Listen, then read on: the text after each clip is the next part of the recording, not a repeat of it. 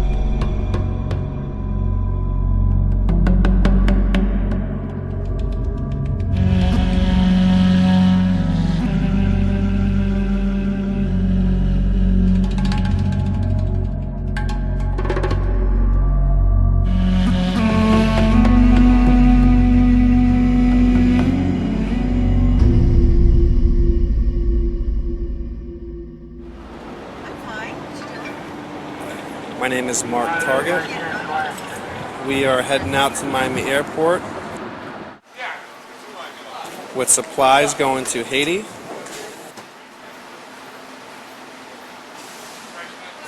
There is a limit, so we're unsure of how many supplies we can bring. We're going to focus on medical and then food.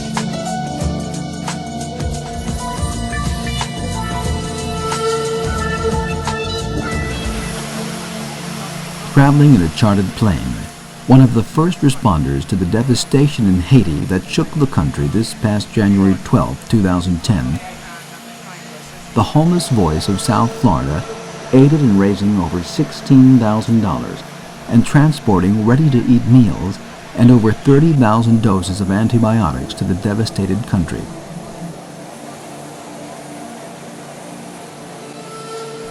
The U.S. military controlled Port-au-Prince Airport to maintain the safe and effective distribution of aid from organizations around the world.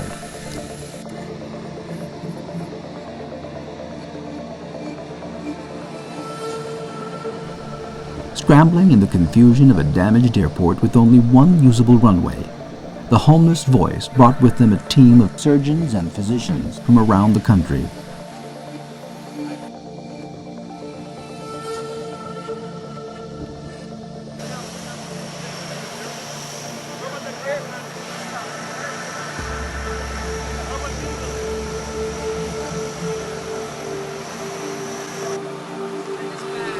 Their team also included reporters from the local network affiliates.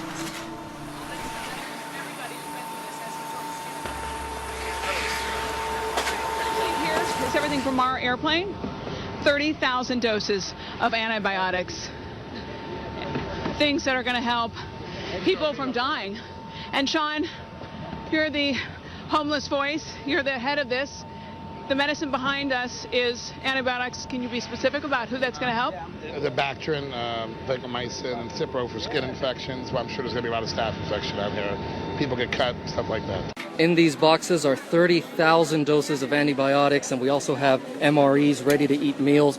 I'm Gio Benitez. We are heading right now to Haiti. We are actually going to deliver these items with surgeons and physicians. We are with the Homeless Voice of South Florida. Our own Gio Benitez has just returned from a relief mission to Haiti. He was on board a flight with doctors from across the country. It was organized by the Homeless Voice of South Florida.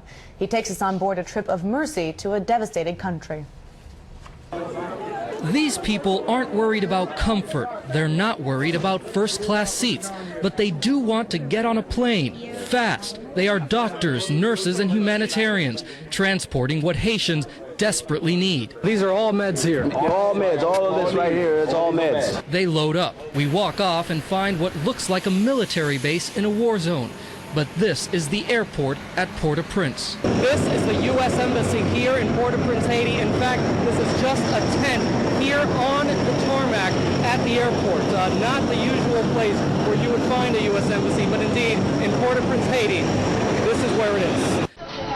Our journey begins at MIA. The homeless voice of South Florida raises $16,000 on the streets of Miami, charters an airplane to Haiti. Surgeons, doctors, nurses carrying anesthetics, antibiotics, and a calling to help.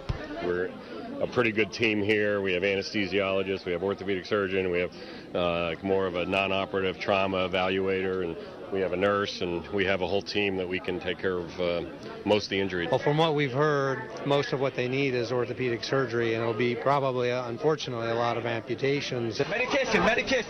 Flying into Haiti, it is eerily dark. Small balls of light from fires. So we're here on the ground in Port-au-Prince at the airport, and it looks a heck of a lot more organized than we saw 3 days ago. You can tell the U.S. government is here working, the U.S. Air Force is here working. You see UN workers. Tensions are high here at the airport. We're not sure what this dispute is about, but there's a major argument over security. And this Haitian police officer on the left carrying a weapon is trying to make an arrest. He was so desperate, he was allegedly trying to grab our supplies.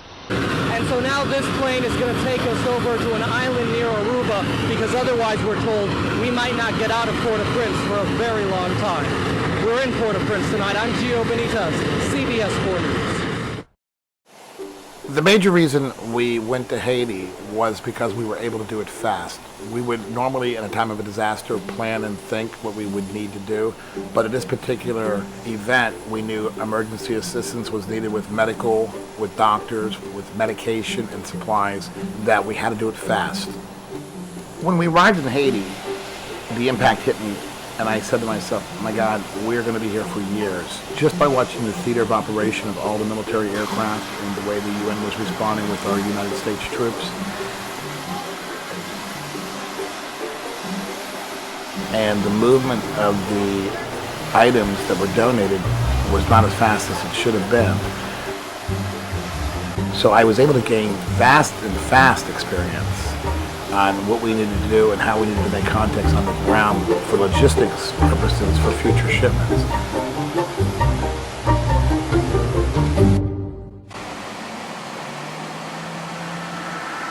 The final trip became a rescue flight in the country of Curacao. They actually used our airplane to bring other injured evacuees back to their homeland. I knew that we needed to do just more than what we did.